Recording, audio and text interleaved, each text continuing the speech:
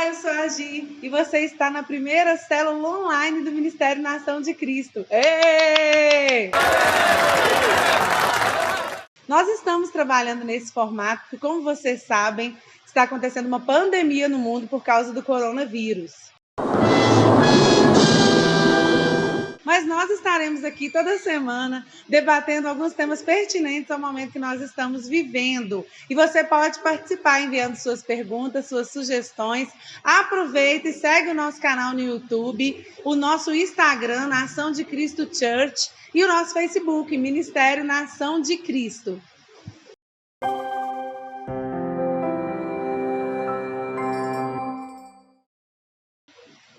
E hoje vamos falar sobre ansiedade. E para falar sobre esse assunto, eu trouxe uma pessoa muito especial, que é a Daniela Guimarães.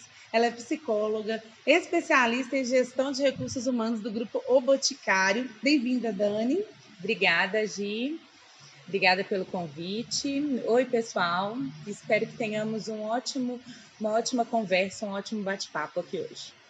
Bom, segundo a Organização Mundial da Saúde, mais de 18,6 milhões de brasileiros estão sofrendo com algum transtorno relacionado à ansiedade. E aí, Dani, eu já quero começar com as perguntas que as pessoas enviaram. Queria agradecer o grupo de jovens do Ministério da Nação de Cristo que enviou várias perguntas.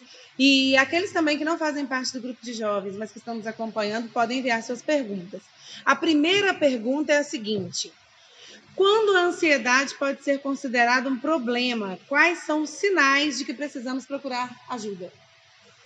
Então, a ansiedade é um sentimento comum do ser humano. Todos nós sentimos ansiedade por algum momento, né? A ansiedade é uma forma do nosso organismo nos defender de certas situações, nos deixar em alerta diante de alguma batalha que vamos enfrentar, mas ela pode se tornar uma patologia. A partir do momento que isso atrapalha o dia a dia da pessoa.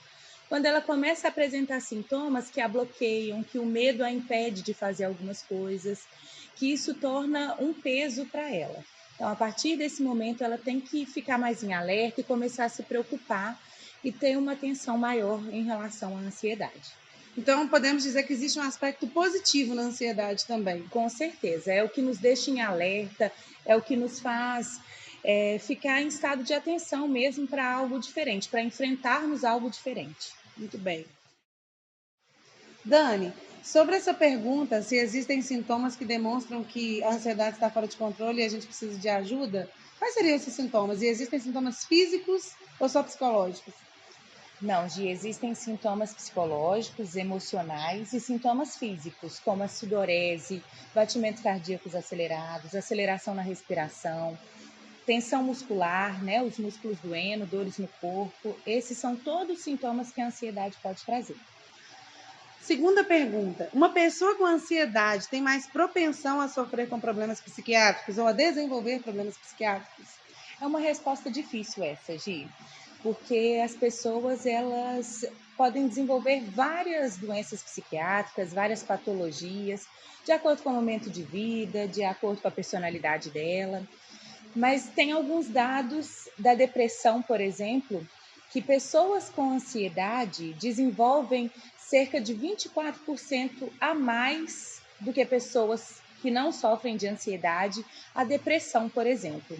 Isso é causado porque muitas pessoas acabam ficando com fobias sociais, dificuldade de se relacionar com outras pessoas, dificuldades no dia a dia diante da ansiedade, que acabam provocando, desencadeando outros tipos de patologia. A terceira pergunta: existe algum laudo médico para quem sofre com crises de ansiedade, para que essa pessoa não seja rotulada por familiares como fresca, como fraca? A gente vê muito isso, né? A pessoa Exatamente. Sofrendo um preconceito por estar sofrendo ansiedade. Muitas pessoas do próprio convívio, né, Gi? Fala Sim. que é uma frescura, fala para ela firmar o corpo, Levanta né? da cama, vai fazer Levanta alguma da coisa. cama, exatamente. Mas as crises de ansiedade, a ansiedade, o distúrbio de ansiedade em si, hoje ele tem até um CID, que é o Código Internacional de Doenças. Então, ele tem um cadastro, isso não é da cabeça da pessoa, ela não sofre isso por um distúrbio mental, por nada disso, é realmente uma patologia clínica. E ela não controla, né? E ela não controla. Além das crises de ansiedade, pode desenvolver outras doenças que são até um pouco mais graves, como o transtorno do pânico, transtornos pós-traumáticos, depois que a pessoa sofre algum trauma específico na infância ou na vida adulta. Muitas questões que podem ser desenvolvidas, o TOC, o transtorno obsessivo compulsivo, né? Tem várias doenças que são, sim, diagnosticadas e realmente é constatado como uma patologia. A próxima pergunta: ansiedade e medo estão sempre associados? Aqui entra aquela questão que a gente falou no início, que a ansiedade nem sempre é algo ruim. Sempre que a pessoa está com ansiedade, a sensação de medo vem junto? Uma das formas da ansiedade é a fobia social, a fobia por algo irracional, que não precisa se ter medo, né? Ou seja, pessoas que têm medo de um cachorro é algo que não representa perigo nenhum para a pessoa.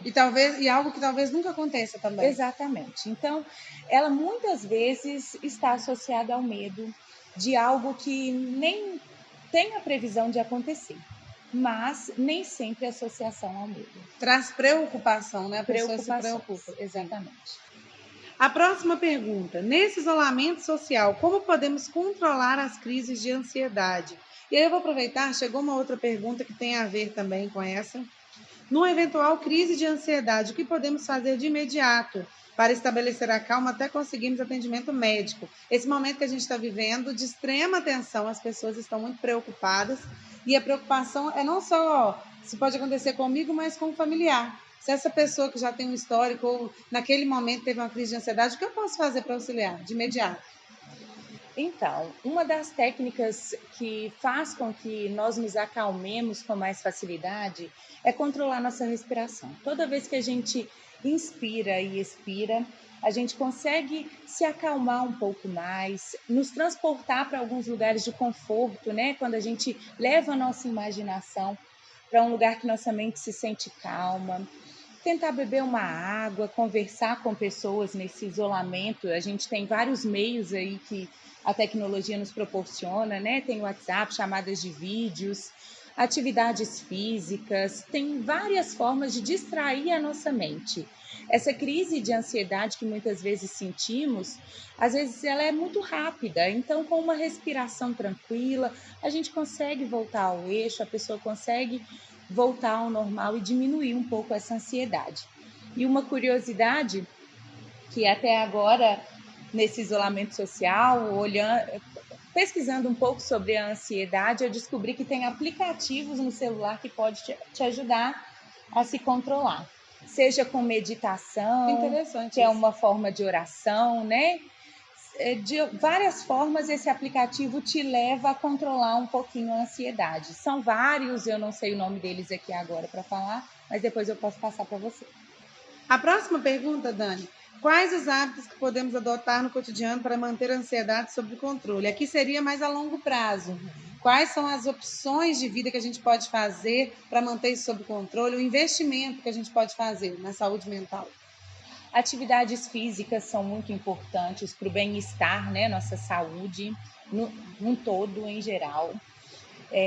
Meditações, orações, reservar um tempo do dia para se preocupar. Que seja pouco tempo, que você se permite ali a pensar nas suas preocupações, que seja um momento concentrado, né? Então não é fugir das preocupações, não é manter sob controle. Você entender suas preocupações e se de fato elas são reais, se de fato não são reais, né? E a alimentação também é muito importante, o nosso bem-estar depende do que ingerimos e do que levamos para o mundo. Muito bem. A próxima pergunta: medicamentos para ansiedade causam dependência? E aqui, antes de você responder, eu quero deixar bem claro: se você tem medicamento prescrito pelo seu médico, não deixe de tomar em hipótese alguma, a não ser que seu médico suspenda. Essa questão é muito séria, né? Porque quem depende do remédio, quem já foi diagnosticado com algumas questões e precisa do medicamento, não pode parar de tomar por conta própria jamais. não pode parar de tomar, e também tem uma adaptação ao próprio organismo. Tem um remédio certo para cada pessoa. Então, é muito importante que se faça um acompanhamento com o psiquiatra, né? Uma das formas de controle da ansiedade é o acompanhamento com psiquiatra, com medicamentos. Ele não causa dependência, mas ele tem que ser utilizado da forma correta, na medida certa ali para cada pessoa, na dose certa, no horário certo, o medicamento adequado, porque a partir do momento que é diagnosticado, tem que ter um acompanhamento médico para ir diminuindo as doses, né? Para que o organismo vá conseguindo trabalhar sozinho e não dependa daquele medicamento mais. Muito bem. E aí, Dani, eu queria que você deixasse uma mensagem para as pessoas do que você sugere, uma dica ou algum conselho que você dá para quem está nos assistindo para passar por esse momento de isolamento social com mais tranquilidade, com mais sabedoria. É a gente pensar que tudo vai passar, né? É a gente ter fé, que a fé também é algo que alguns estudos comprovam que nos ajuda a superar muitas batalhas quando a gente acredita em algo maior do que estamos vivendo. Então, é ter fé que isso vai passar, que tudo vai passar, ter artifícios no dia a dia para que isso passe de forma mais leve e ajudar uns aos outros, mesmo que distante estejamos juntos para passar por esse momento difícil. Muito bem, Dani, eu queria te agradecer por esse tempo, foi muito precioso esse tempo que você passou com a gente, o conhecimento que você trouxe e que você possa voltar muitas outras vezes. Obrigada mesmo. Eu que agradeço por esse momento, poder compartilhar com vocês aí da célula. Eu espero receber novos convites, espero que todos gostem. Receberá. Bom, nós estamos caminhando já para o fim da nossa célula, mas eu queria antes compartilhar com vocês uma palavra que se encontra no livro de Filipenses, capítulo 4, versículo 6, que diz assim: não andeis ansiosos por coisa alguma, antes esteja diante de Deus as vossas petições. A Bíblia em momento algum fala que nós não vamos sofrer, que nós não vamos passar por tribulações, que nós não vamos passar por dificuldades e angústia. Pelo contrário, ela nos dá orientações de como lidar com isso. A ansiedade é um sentimento tão comum à condição humana que o próprio Jesus falou sobre ela várias vezes. E o que a Bíblia nos orienta é que quando estivermos passando por momentos difíceis, como esses que estamos vivendo, nós devemos colocar em Deus a nossa expectativa, colocar em oração aquilo que está nos afligindo. A Bíblia conta no livro de 1 Samuel a história de Ana. Ana é uma mulher que estava sofrendo com um conflito interno muito grande, ela estava com muita tristeza, ela estava com muita angústia e ninguém sabia do que ela estava passando. E ela levou isso diante de Deus. A Bíblia fala que ela foi ao templo e ela chorou muito, ela se derramou, ela fez uma oração colocando para fora o sofrimento dela. E no versículo seguinte diz que quando ela se levantou do templo para ir para casa, no semblante dela já não havia tristeza.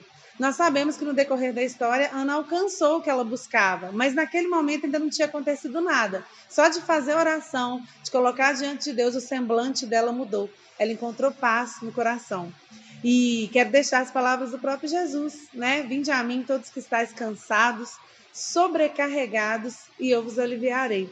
Então, Jesus traz para a gente esse conhecimento de que quando você está sobrecarregado, a oração de um justo pode muito ter seus efeitos. A oração faz com que você encontre o equilíbrio e se reconecte com a sua essência, se reconecte com Deus, a sua vida espiritual esteja em dia.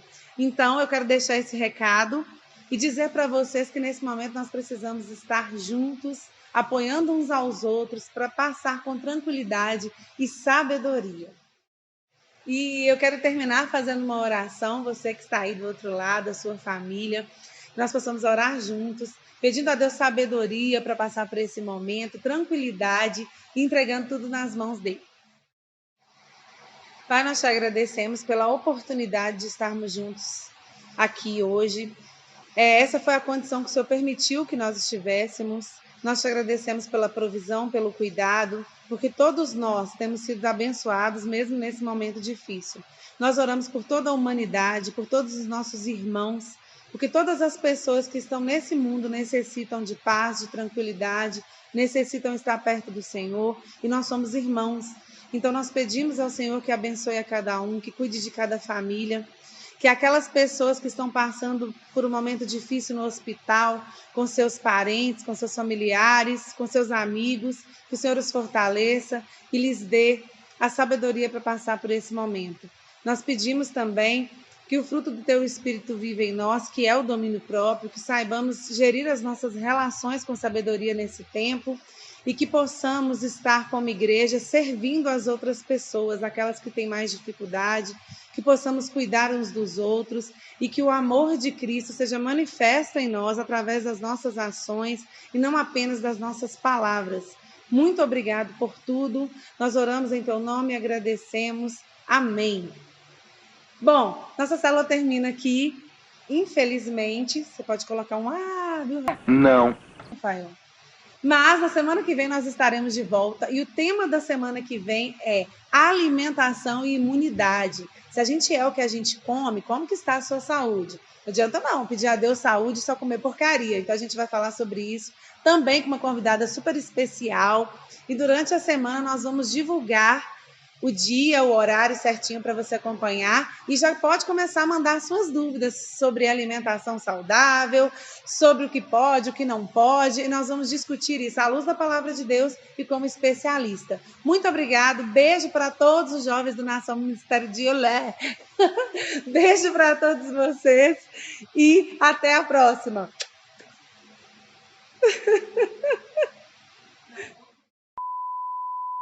Sobre esse assunto, eu trouxe uma pessoa muito especial, que é...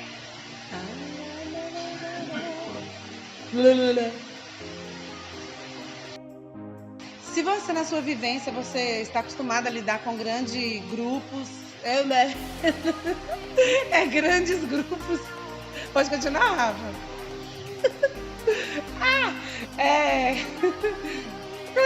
Eu continuo. Tudo bem, pessoal? Espero que tenhamos um ótimo no nosso dia a dia com... É muita coisa. De desencadear uma depressão. Já quem sofre uma depressão, 2% só que gera crises de ansiedade. Pera aí, amiga.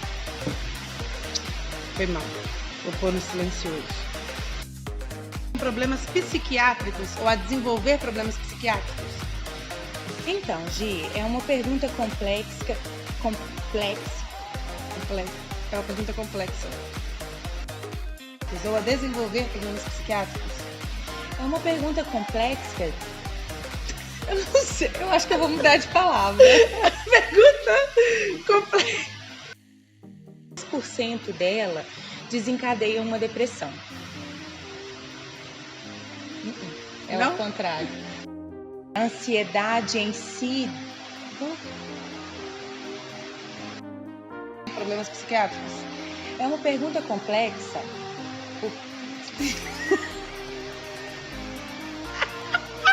Vamos lá. Agora que eu falei certo. Vamos lá. Medo. O que a gente pode... brincou. Soneca, não, gente.